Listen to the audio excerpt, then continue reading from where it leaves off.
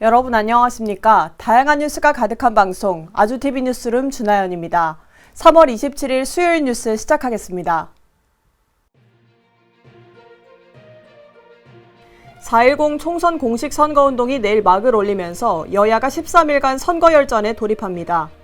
국민의힘 한동훈 비대위원장이 국회를 세종시로 완전히 옮기고 서울도 개발 제한을 풀어 적극 개발하겠다고 공약했습니다. 조국 혁신당이 검찰을 공소제기 및 유지만 할 수 있는 기소청으로 바꾸고 윤 정부 들어 행안부에 설치된 경찰국을 없애겠다는 공약을 내놨습니다. 대통령실이 무너진 의료체계를 재건하기 위해 필수 의료 특별회계를 신설하는 등 새롭고 과감한 투자를 하겠다고 발표했습니다. 서울시가 정비 사각지대를 위해 용적률과 높이에 대한 규제를 풀고 심의 절차도 합쳐서 재개발과 재건축을 적극 돕겠다고 밝혔습니다.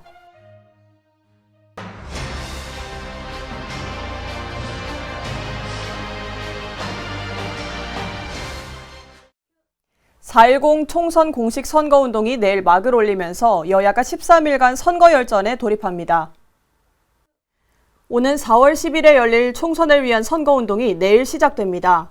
국민의힘은 거야 심판을, 더불어민주당은 정권 심판을 전면에 내세우며 선거 레이스에 본격적으로 뛰어들 것으로 보입니다. 선거를 앞두고 막말 논란과 의대 증원을 둘러싼 의정 갈등이 이어지면서 총선의 판세가 얼마든지 바뀔 수 있다고 정치권은 내다보고 있습니다. 그동안 주요 변수로 꾸준히 꼽힌 투표 참여율 역시 이번 총선에서도 중요한 변수로 점쳐집니다. 국민의힘은 한동훈 비대위원장을 필두로 서울 송파 가락시장에서 공식 선거운동을 시작합니다. 한편 민주당 이재명 대표는 용산역 광장에서 첫 공식 선거운동에 나설 예정입니다. 국민의힘 한동훈 비대위원장이 국회를 세종시로 완전히 옮기겠다고 공약했는데요. 서울의 개발 제한도 풀어서 적극 개발하겠다고도 밝혔습니다.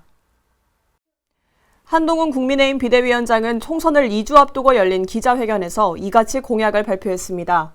한 위원장은 특히 세종시를 미국의 워싱턴 DC 같은 진정한 정치 행정 수도로 완성하겠다고 약속했습니다. 그러면서 지금 국회가 있는 여의도 국회의사당 일대는 시민들 의견을 충분히 들어 새로운 랜드마크로 만들겠다는 방안을 제시했습니다. 아울러 개발에 제약을 주는 서여의도의 고도 제한을 풀겠다고도 말했습니다. 한 위원장은 여의도가 이를 통해 런던, 싱가포르, 홍콩과 당당히 겨루는 금융 중심지가 될 거라고 내다봤습니다. 인접한 마포와 영등포 등지의 불필요한 규제도 과감하게 풀어 함께 적극적으로 개발하겠다고 덧붙였습니다. 조국 혁신당이 검찰을 공소 제기 및 유지만 할 수 있는 기소청으로 바꾸겠다는 공약을 내놨는데요. 윤 정부 들어 행안부에 설치된 경찰국을 없애겠다고도 말했습니다. 조국 혁신당은 총선 권력기관 개혁 공약을 발표하며 국민 눈높이에서 기소 여부를 결정하는 기소 배심제를 도입하겠다고 공약했습니다. 수사기관이 피의 사실을 유출하지 못하도록 이선균 방지법을 만들고 검찰을 민주적으로 통제하기 위해 검사장 직선제도 도입하겠다고 밝혔습니다. 조국 대표는 또 국정원이 다시는 민간인 사찰 등 악행을 저지르지 않게 하겠다며 신원 검증 기능을 재검토하겠다는 뜻을 내비쳤습니다. 감사원에 대해선 정치 보복의 돌격대란 오명을 없애겠다며 헌법 개정으로 지위를 명확히 규정하겠다고 약속했습니다. 조 대표는 이 밖에도 이번 정부 들어 행안부에 설치된 경찰국을 없애겠다고 말했습니다. 한편 국민의힘 한동훈 비대위원장의 국회 세종시 이전 공약에 대해서는 찬성한다며 노무현 전 정부 때 무산된 수도 이전도 해야 한다고 덧붙였습니다. 대통령실이 무너진 의료체계를 재건하려면 새롭고 과감한 투자가 필요하다고 강조했는데요.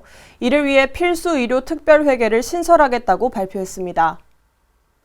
대통령실은 무너진 지역 및 필수 의료 체계를 복원하려면 지금까지의 접근에서 벗어난 새롭고 과감한 투자가 선행돼야 한다고 밝혔습니다. 그러면서 보건 의료 분야의 재정을 과감하게 투자하겠다는 뜻을 내비쳤습니다. 성태윤 정책실장은 대통령실 브리핑에서 정부는 앞으로 의료 분야의 우선순위를 끌어올려 국가 재정을 집중 투자하겠다고 말했습니다.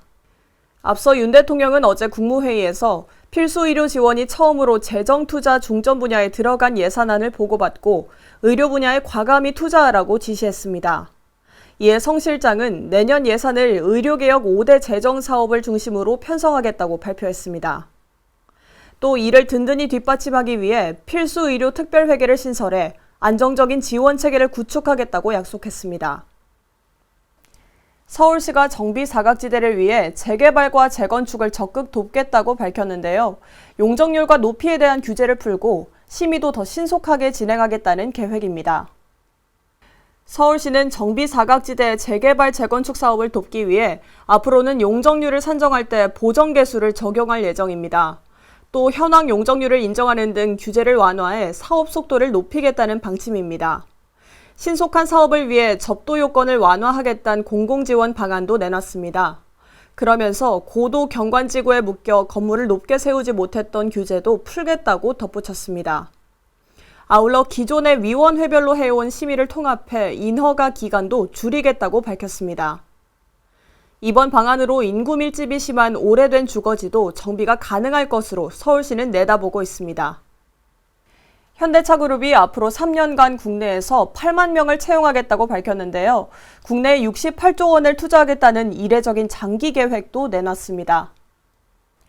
현대차그룹은 올해부터 오는 2026년까지 국내에서 8만 명을 채용하는 것과 함께 68조 원을 투자하겠다고 발표했습니다.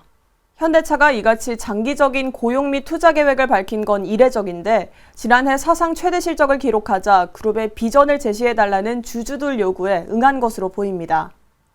현대차그룹은 이번 계획으로 20만 명의 일자리 창출 효과가 날 것으로 기대하고 있습니다. LG그룹 구광모 회장이 신년사에서 통큰 선택과 집중의 포부를 밝혔는데요. 향후 5년간 국내에 100조를 투자하겠다고 말했습니다. LG그룹은 서울 여의도에서 정기주주총회를 열고 중장기 투자 계획을 발표했습니다. 공개된 국내 투자액은 100조 원으로 그룹 글로벌 총 투자액의 65% 규모에 달합니다. LG는 투자금의 절반 이상을 연구개발에 투입해 국내를 제조 핵심지로 육성하겠다는 포부를 내비쳤습니다. 지금은 주택임대관리업체가 단독주택과 공동주택만 관리할 수 있는데요. 앞으로는 오피스텔과 임대형 기숙사까지 관리할 수 있게 된다고 합니다. 국토교통부는 주택임대관리업체가 오피스텔과 임대형 기숙사도 관리할 수 있도록 규제 개선 과제를 확정했다고 발표했습니다. 이를 위해 올해 하반기에 민간 임대주택 관련 시행령도 개정할 예정입니다. 업체가 관리하는 주택은 임대보증금 반환보증 가입이 의무여서 향후 임차인 보호가 강화될 것으로 국토부는 전망하고 있습니다. 검역본부가 화훼류 수입이 느는 다음 달에 특별 검역을 하는데요. 병해충의 유입을 막기 위해서라고 합니다. 농림축산검역본부는 오는 4월 한 달간 수입 화훼류를 특별 검역한다고 밝혔습니다. 화훼류 수입량이 가장 많은 5월 가정의 달을 앞두고 병해충 유입 가능성이 커졌기 때문입니다. 지난 2013년 약 8천만 개였던 수입 화훼류 물량은 지난해 3억 개를 넘기며 10년간 4배 수준으로 뛴 것으로 확인됐습니다. 이어서 날씨 전해드리겠습니다. 당분간 높은 한낮 기온이 잇따르면서 일교차가 크게 벌어지겠고요. 내일은 다시 전국에 비가 내리겠습니다. 어제보다 기온이 오른 오늘은 한낮에 대체로 포근했는데요. 다만 일교차가 크게는 20도 가까이 벌어지기도 했습니다. 내일은 전국에서 다시 비가 내리겠습니다. 오늘 아침 기온은 서울 4.4도, 김천 0.4도, 태백 영하 4.9도로 출발했는데요. 한낮에는 서울 16도, 김천 20도, 태백 13도 기록하면서 어제보다 최대 12도까지도 높았습니다. 당분간 서울의 한낮 기온이 평년보다 높게 나타나니까요. 옷차림 신경 써야겠습니다. 내일 서울 아침 기온은 9도가 예상되고요. 오전엔 대부분 지역에서 비가 내리고 바람도 강하게 불겠습니다. 이 비는 저녁이면 대부분 그치겠습니다. 오늘 준비된 뉴스는 여기까지입니다. 수요일 아주TV 뉴스는 마칩니다. 저희는 내일 저녁 6시에 다시 찾아뵙겠습니다. 시청해주신 여러분 고맙습니다.